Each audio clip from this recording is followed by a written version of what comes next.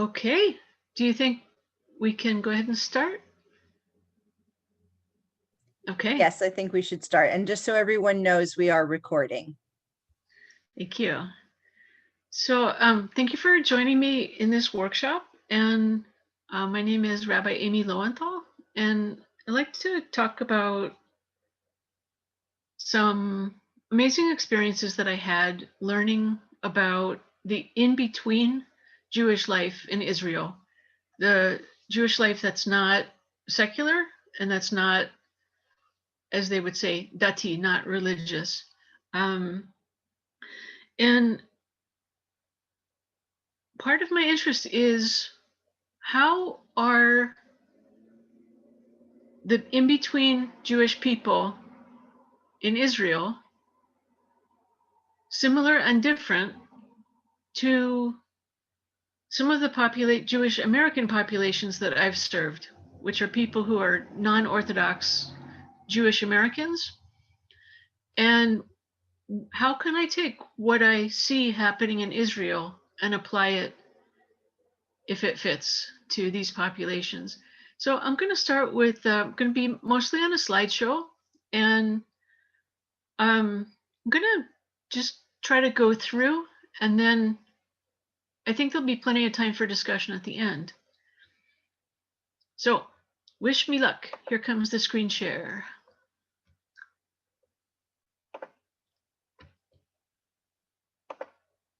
Okay, see it okay? Good. So I call this Facing the Mediterranean Sea, a Tel Aviv lesson in evoking prayerfulness.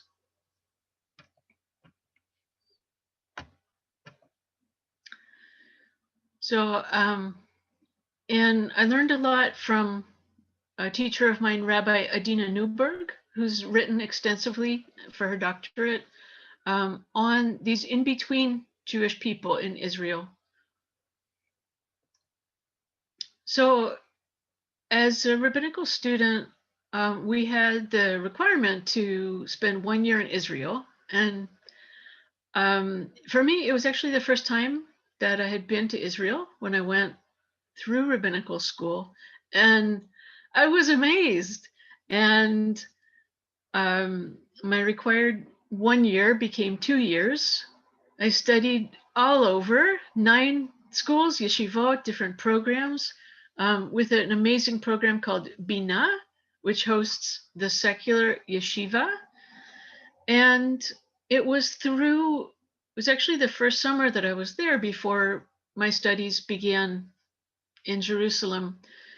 And they took us all over Israel, and they showed us people from all walks of life, and they introduced us to a lot of these very interesting in-between Jewish expressions, not secular, not Orthodox, in Israel. In addition, once my schooling began in our program, we had a co-curricular study besides the study that we were doing in schools. They really wanted us to see everything that we could see in Israel, and in particular, again, trying to explore this sort of in-between Jewish religious population. So I'm going to be mostly talking about this community, Beit Tefillah Yisraeli, which many are familiar with. And at that time, there were 30 examples of communities like this. I'm sure that was 10 years ago. I'm sure there are many more at this point.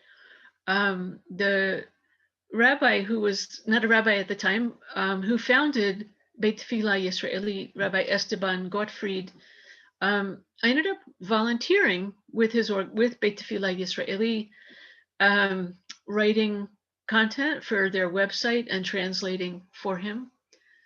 And later, when he began his rabbinical studies, I ended up coincidentally taking a class with him at HUC in Jerusalem, the Israeli Rabbinical Students Program. So I became a little bit more aware of some of his considerations, some of his thoughts, and got a little bit more of an insider view to that organization in particular. So I'd just like to set the scene, which is, this was my experience sitting at the Namal, the Tel Aviv port, the boardwalk.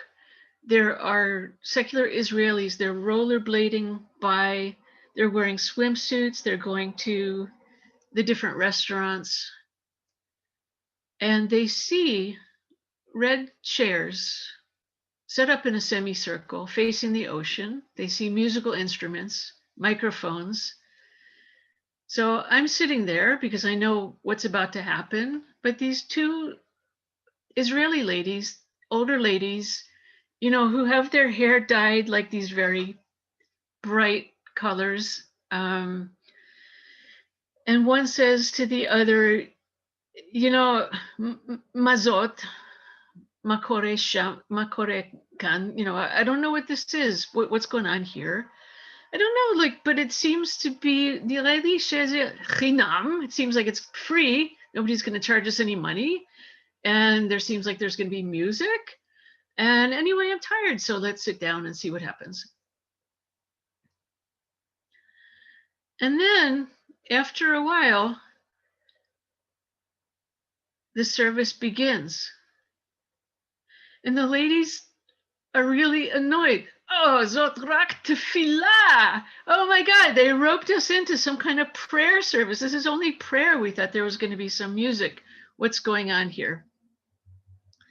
So they look crabby and they look defensive, and yet they're not leaving. They mutter disappointedly, Zot rak tefillah. It's only prayer. They talk.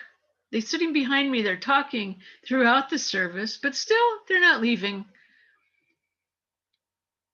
And Rabbi Esteban says, okay, it's time now for an individual Amidah. He's a very funny guy. And he says, listen, you can turn around. If you think about it, we're west. And if we're facing the sea, we're facing west. This is how the seats are. He says you can face Jerusalem, which is a source of holiness, or if you like, you can face the sea. It's one of God's magnificent creations. Surely that's also a source of holiness. And then impishly, he says, but the word Jerusalem is abbreviated Yud Mem, Yam. So maybe it's true that facing the sea is also facing Jerusalem. And he says, Nala Amod, please stand up for the Amidah. And some do, and some don't. And the grumpy ladies who are sitting behind me are still chatting. But then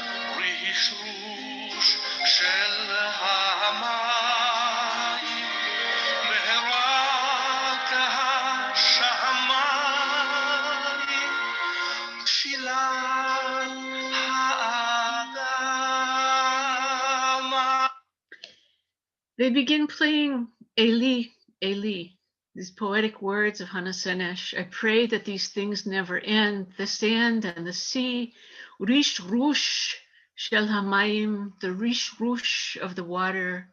And the grumpy ladies suddenly are on their feet and they're stricken. And they're touching their heart and they're dabbing at their eyes. They're transfixed. So I think to myself, what am I seeing? What am I observing? What does this represent?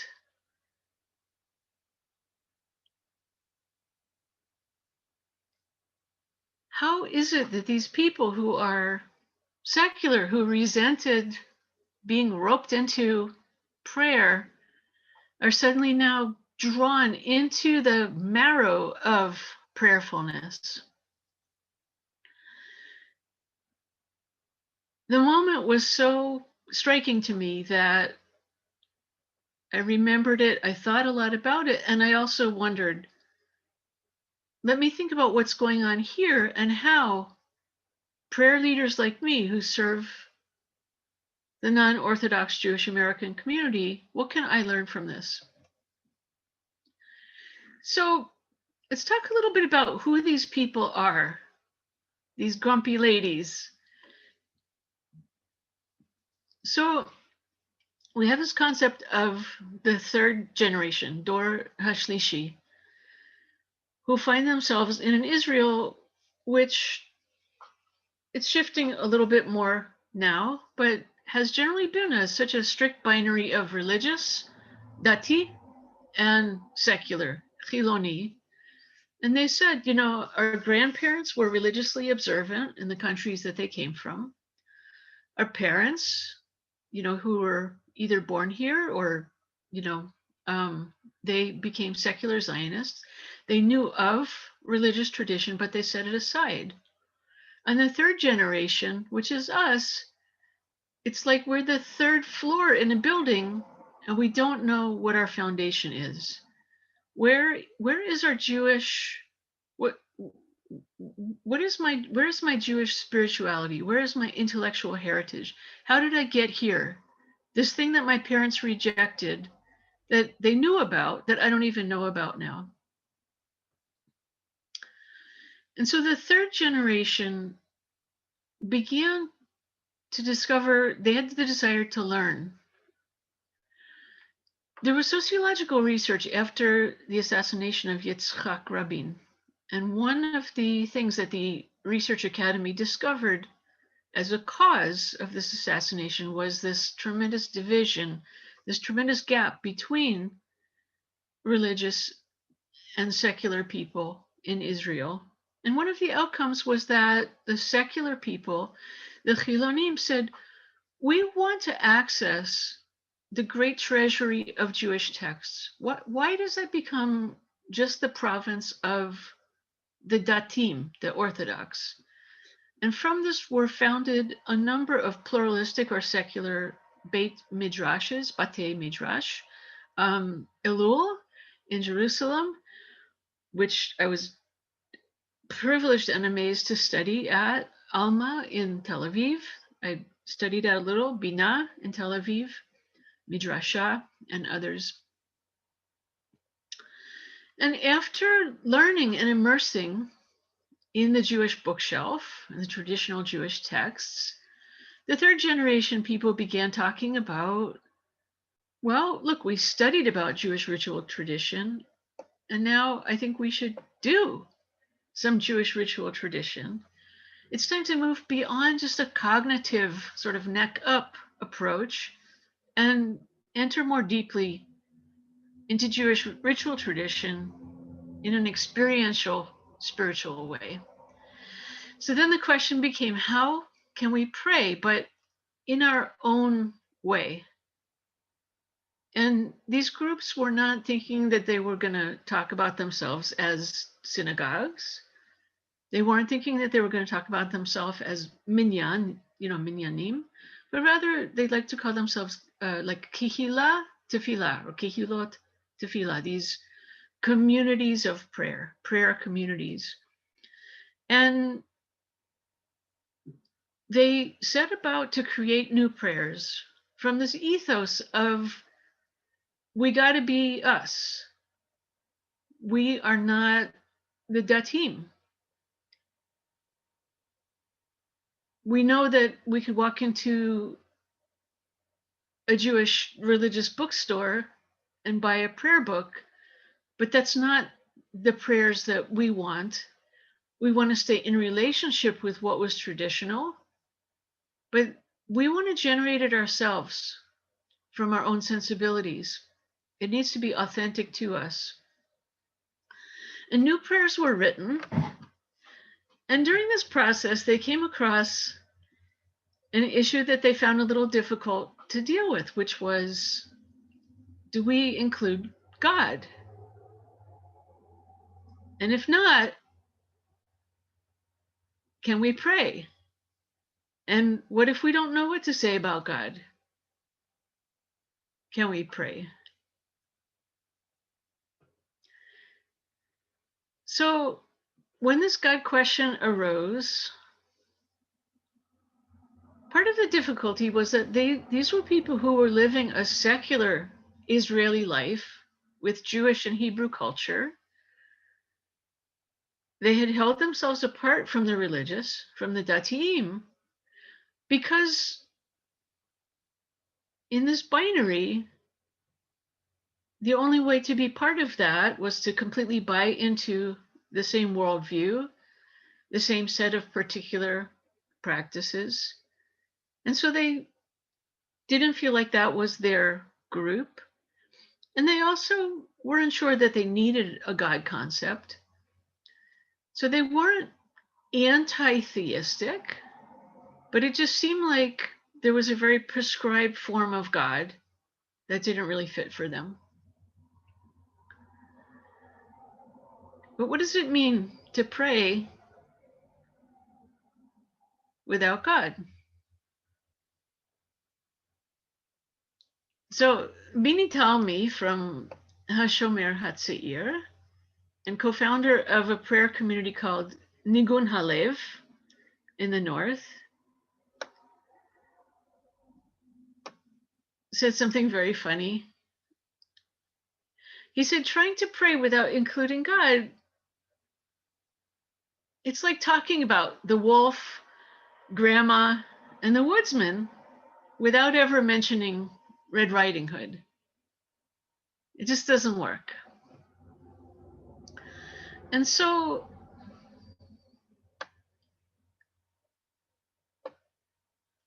there was a decision to just suspend judgment. Let's have God. Let's say God. We can pray whether God exists or not.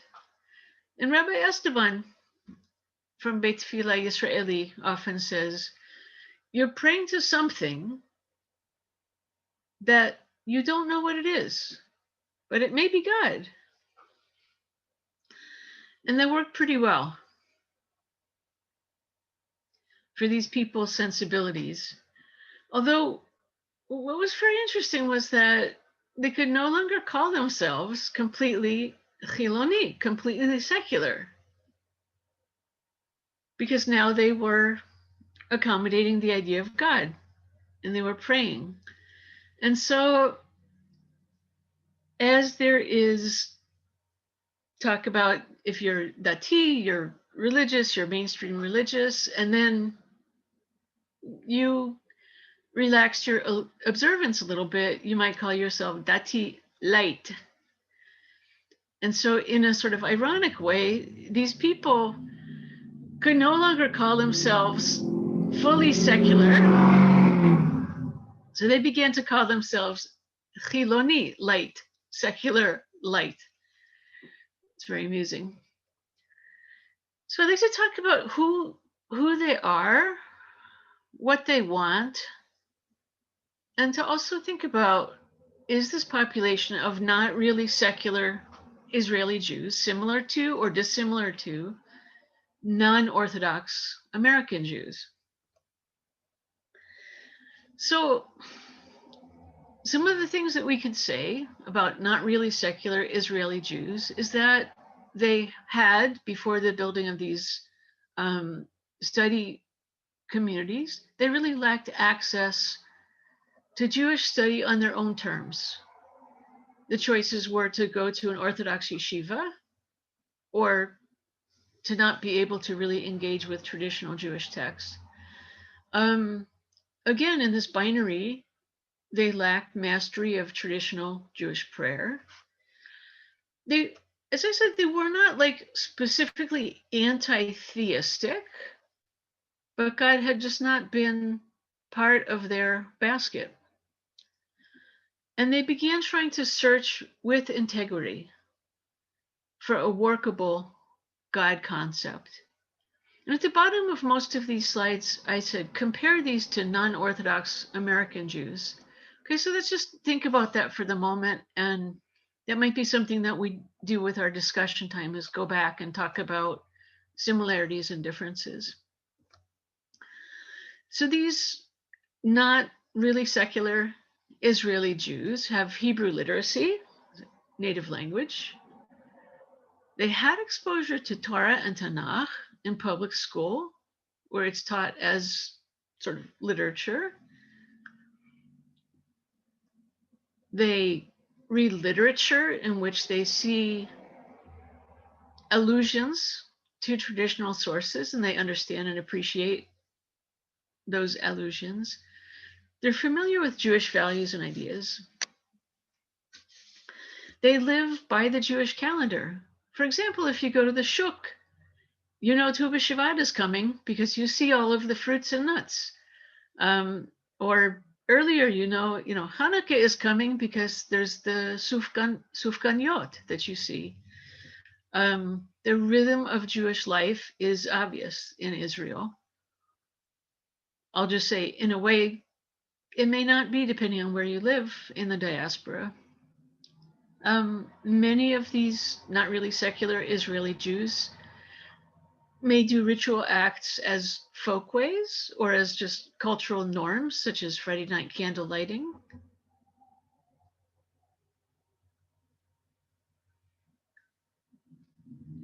Something that I think is marvelous that you see in Israel is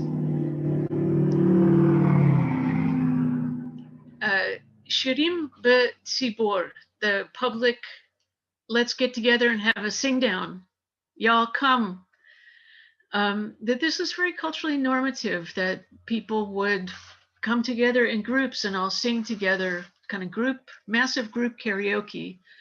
And that these would be things that would happen at public events, public gatherings, the reading of poetry.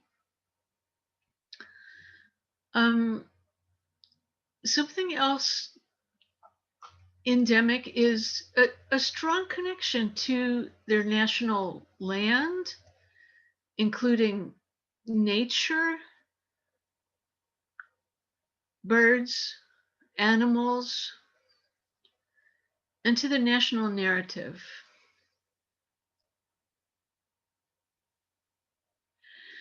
So the needs and the sensitivities of some of these not really secular Israeli Jews. Some of the themes that we see: a sense of personal alienation, a really strong need to feel connected to others, to be in a community,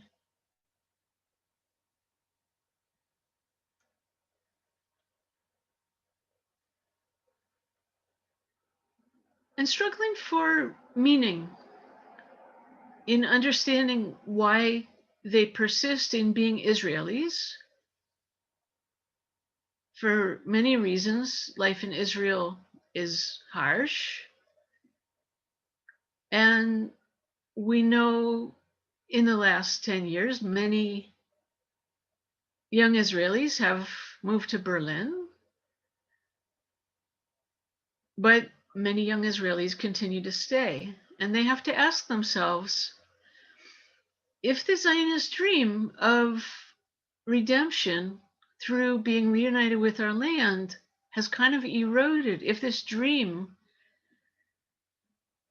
is no longer so present, why am I here? What is this for? Why do I give my life when I join, potentially give my life for my country when I join, when I'm drafted into the army? How do I understand why I stay here? How do I understand what it means to be an Israeli? So among these people is also resistance to what somebody termed the coercive nature of Jewish authority within traditional Judaism. Okay, a certain twitchiness. Again, if they understand themselves as existing in a nearly binary Jewish situation, their choices seem to either fully opt in to Dati, Orthodox observance, or to completely opt out.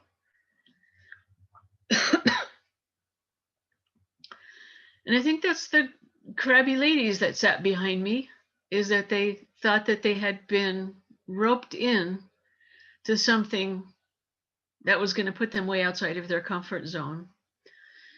So these people want to assert the legitimacy of a non-Orthodox Jewish tradition that they're developing in their own local communities. They have many questions and they want to create flexible and multiple answers to those questions. These are people living in two civilizations. They need to see the relevance of Jewish tradition to their personal lives, and they need to see the relevance of Jewish tradition to the current state of their nation or the world. And so, this idea of forming a prayer community, coming together to connect, is something that's possible in a prayer community. These are not people that would have joined a synagogue per se. I mean, there are Reform and conservative or Masorti synagogues, certainly more now, but it wouldn't be obvious to these people that they would like to join a synagogue, because that seems, even if it's not Orthodox, it seems like that's part of an established pre-built Judaism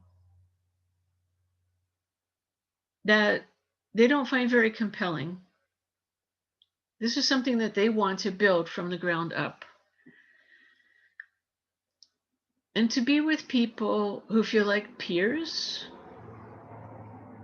to come together to mark the changing time of the week, bringing in Shabbat, the changing holiday cycle, changing life cycle moments. So, this idea of forming a prayer community, this is a blurb from a different Jewish federation of who hosted Rabbi Esteban, and this is what they said about him and this project of Beit Tfilah Yisraeli. So they talked about how this community is renewing and revitalizing the notion of prayer. And it talked about that these services combine live music, modern poetry, and literature within the traditional prayer book. And again, really focusing on what I was paying attention to, a phenomenon of attracting many secular Israelis who once felt marginalized by the Jewish community. And this is what really captured my imagination, because I wondered about attracting many in between non-Orthodox Jewish Americans and what I could learn from what was happening in Israel and bring back to the US that I might be able to apply. So in their tefillah, some of the things that I noticed: a warm and informal atmosphere, personal sharing, like certainly in the prayer for healing, that people could say their own names, say what was happening for them, certainly share names of people that they were thinking about. They could, in the service, there would be time for them to announce happy things or sad things that were happening in their lives. And the Divrei Torah, the sermons, would have a connection with recent social or political happenings. So these are things that we more or less see in a lot of synagogue life here. And in particular, in that Eli, Eli moment, I saw the effect of using a highly beloved, resonant, secular Israeli song to create a holy moment, to completely transfix those crabby ladies. Also, the use of modern Israeli poetry, and just such an interesting sort of cross pollination of um, musicians like Shlomo Goronich, like all of the Banais, um, who are, mostly thought of as like Israeli rock and rollers, creating new Israeli melodies for Shabbat prayers.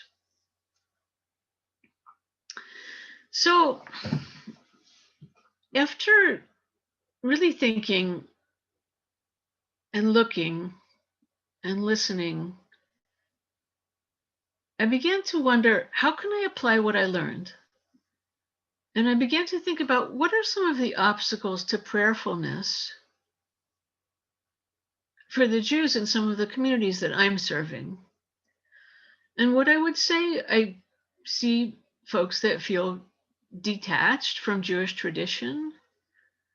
They feel lack of mastery of traditional prayer, certainly lack access to Hebrew, even if they can decode, they don't necessarily understand the meanings of the words. And they don't understand the deep background, the function of the prayers, quotations in the prayers that come from other sources. And I guess in general, I would say most would have a low expectation of having an experience of some kind. If they will come to shul, maybe more for social reasons, or because it was somewhere to go, or because it was expected of them, but not really coming thinking that they were going to have a strong sense of connecting to the liturgy. And I just kept coming back to that Eli, Eli moment, these grumpy ladies, so resistant to prayer, who turned into tearful ladies clutching their heart, transfixed in this moment. And I wondered how to translate this into an American idiom. Well, this wasn't such a far stretched thinking process. Using a highly beloved, resonant, secular American song could convey what's happening in a prayer that these American Jews may not really have any understanding of the emotional tone. Even if you read an English translation, it doesn't necessarily pull at your heartstrings. And so I began with a small experiment for Hashkivenu. And I said, folks, Hashkivenu is an amazing prayer. And we know the words, we know some liturgical settings to sing it. But even so, I just don't know that you feel it in a core way. And so here's what I want to offer you.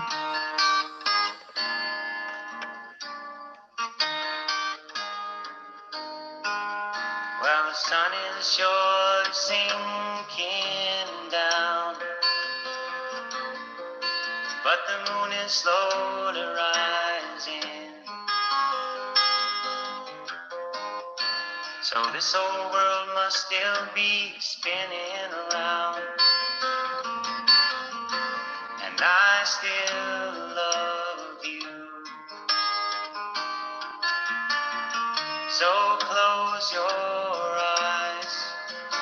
You can close your eyes, it's alright. I don't know no love songs, and I can't sing the blues anymore, but I can sing this song, and you can sing this song when I'm gone.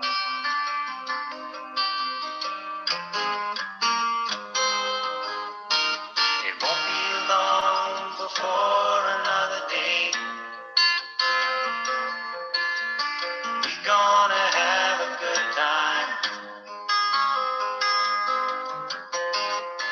and no one's gonna take that time away.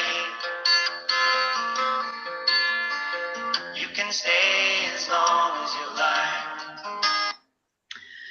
So this is such a beloved song to people, Americans of a certain age. And when I said, this is what God is saying, you can close your eyes, you can lay down. I'm going to protect you. Everything's going to be okay. Suddenly, the Hashkivenu prayer, they understand it. They've stepped inside of it.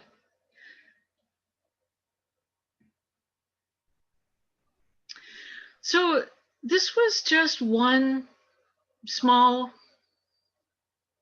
piece of learning that I applied to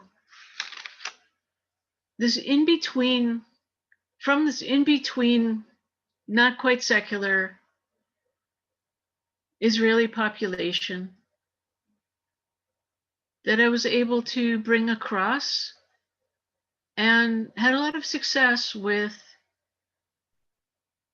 helping these American Jews that I was serving build something from their own authentic relationship.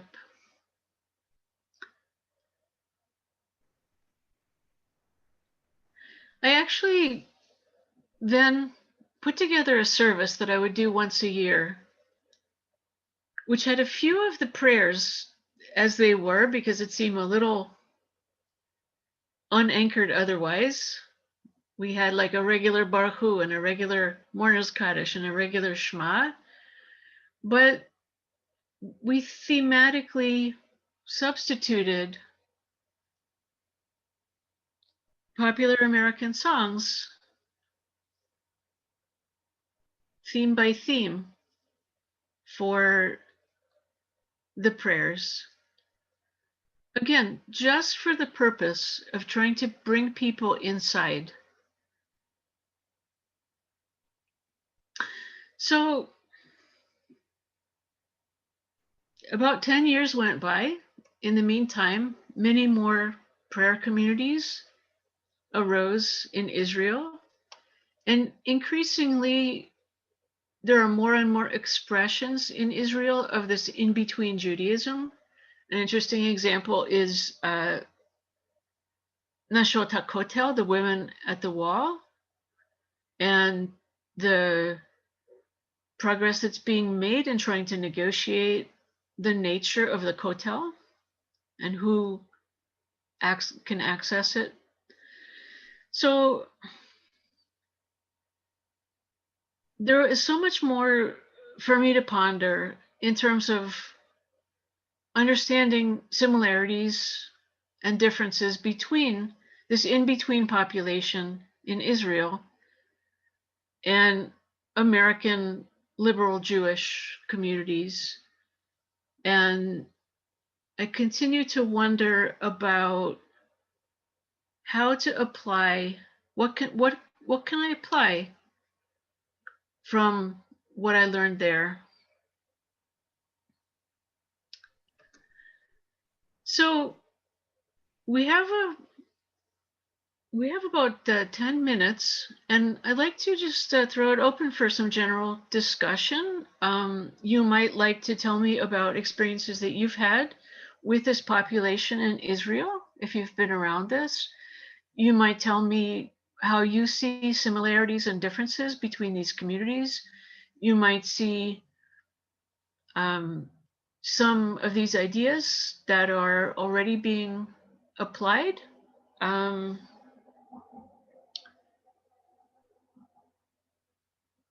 but that's interesting. Rooms are closing in 5 minutes.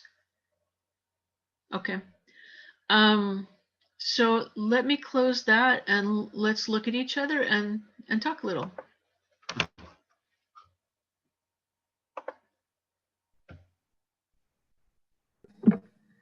So I have a question for you. You talked about how the James Taylor song is very resonant for people of a certain age. And there's something that's so resonant about the music that meant a lot to you in your youth. How do you make it work for multi-generational groups? Yeah, I mean, I think everybody's got to come up with what their own touch points are. And I mean, generation to generation. I mean, in a way, the young people still love the music that is resonant for people of, of our age. But I do think that they have other touch points, and I think I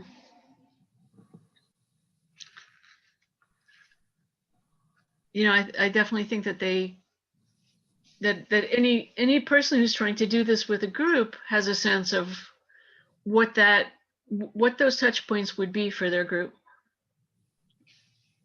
I mean, it reminds me of having been to a Peter, Paul, and Mary concert, not that long ago when they were old people and they said, sing along, I see some of you who remember these from your youth and the rest of you learned them at camp, and that's good too. So I do think there's songs that cross generations that way.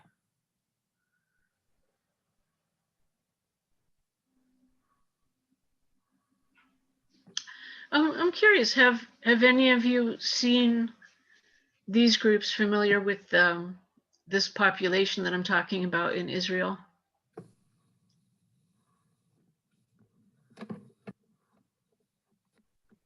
There was one group that we went to on a Friday night in Jerusalem, but it was inside in a building.